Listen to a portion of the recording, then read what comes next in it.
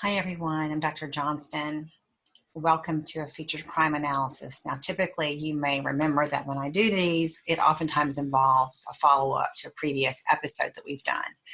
But there's been a case in the news over the past week that I really feel compelled to talk about and maybe commiserate with those of you who've been following this case as I have.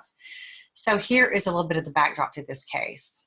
It involves a really special young woman named Heidi Broussard, who has a 6-year-old son named Silas, and on November the 26th delivered a baby daughter who she named Margot.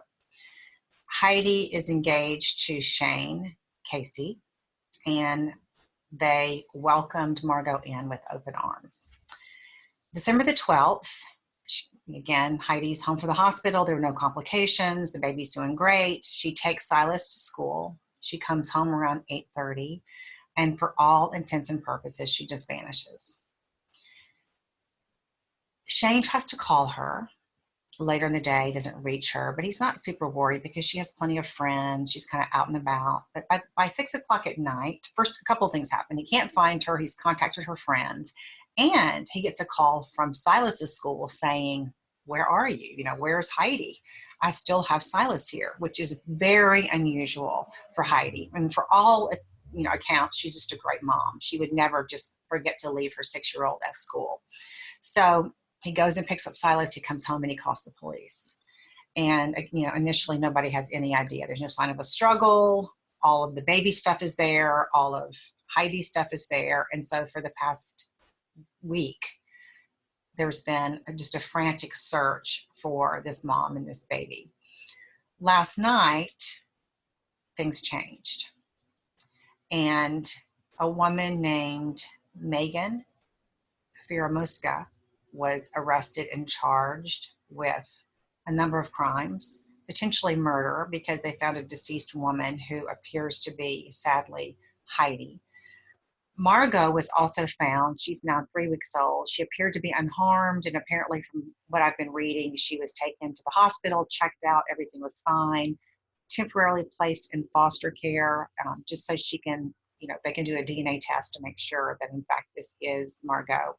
And then I'm sure she'll be placed with her dad, Shane, who at this point nobody says is involved in what happened. This case reminds me, in some respects, of some of the research I've done on fetal abduction. So fetal abduction is fortunately, a very rare crime. As a matter of fact, I think between 1986 and 2003, the Journal of Nursing only reported 23 cases worldwide. But in spite of the limited number of cases, there are some interesting commonalities among them. And one of them is that it typically involves a female perpetrator who fakes a pregnancy.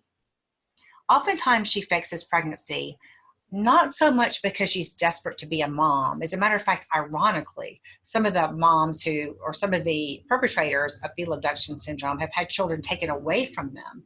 Oftentimes it's more like a need to cement a relationship with a man. The relationship has become rocky. The woman is afraid that her significant other is going to leave her. And so she kind of sees pregnancy as a way to keep this person. So it's not uncommon for him to be completely in the dark. As far as he's concerned, the perpetrator is pregnant, she's gaining weight, she's wearing maternity clothes, etc. And from statements that law enforcement have made about this case, it does appear that Magen pretended to be pregnant, at least for a certain amount of time. Was she pregnant at some point? We don't know yet. What her complete motive, we don't know that. But the fact that she pretended to be pregnant for a significant amount of time, that she had registered for a baby registry, that she had said things apparently to Heidi like, "We're due on the same date." They also suggested, law enforcement has also suggested they have evidence that Magen planned this abduction long before Heidi delivered.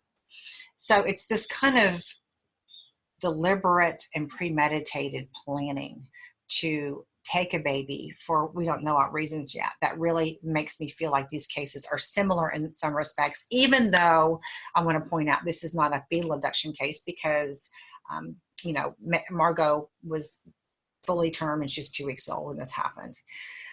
I don't know what the learning points are with this case because it's so tragic.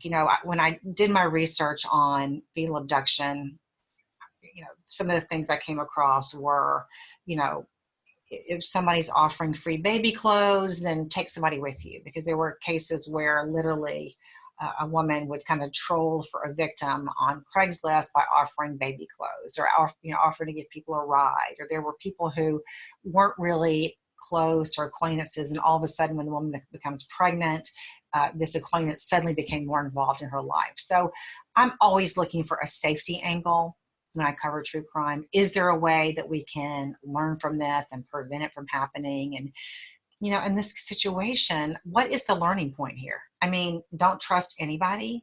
I mean, apparently Heidi and Magen were friends for over 10 years.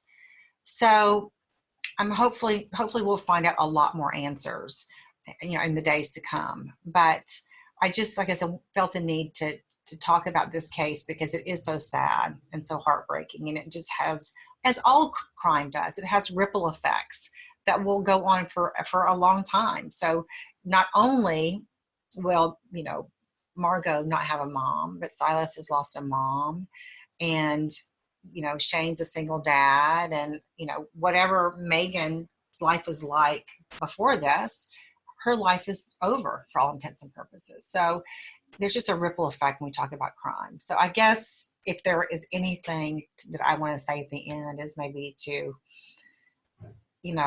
love each other, learn as much as we can, see something, say something. And, maybe it's a good time to reach out as much as we can to Heidi's family and offer support to them, and just hope that they can get through the holiday season as best that they can. So I guess the good news in all this is that baby Margot is alive, that she has a dad who's interested in her and wanting to raise her, that she has extended family to be there for her. But the hard part of it is that a very, very good mom and really nice person has been taken from all of us for no good reason. And I do want to, I guess, challenge anyone who thinks that this is, this situation is a result of, again, infertility or desperation. But I don't buy that, because I've certainly seen and worked with women who were absolutely desperate to have a baby, wanted that more than anything in the world. And yet not one of them ever thought about stealing somebody else's baby or hurting somebody else to get one. So it might be that, wanting a baby is a trigger for somebody to do something, but I can promise you there is a lot of other things in that person's background that led up to that action. So those are my thoughts for right now on this case. I would welcome your comments and your suggestions. As always, if there's a case you'd like us to cover, please let me know. Happy holidays. Love your family, love your friends, and I will see you next time.